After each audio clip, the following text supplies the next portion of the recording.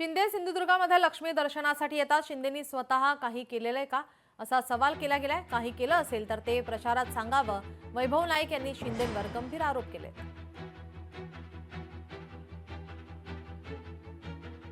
ते साहेब आज येत आहेत जिल्ह्यामध्ये आणि या छोट्या निवडणुकीमध्ये सुद्धा ते प्रचारसभा घेत आहेत. खरं तर ते प्रचारसभा घेण्यासाठी येत आहेत की लक्ष्मी दर्शन घेण्यासाठी येत आहेत हे आता आजची रात्र या ठिकाणी ठरेल.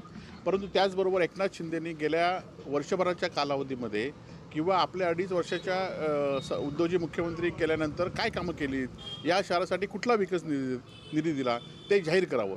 नाहीतर आपण बघतोय की अनेक सभामध्ये ते फोन लावतात आपल्या मंत्र्यांना, आपल्या पीएना आणि हे काम झालं पाहिजे, ते काम झालं पाहिजे सांगतात.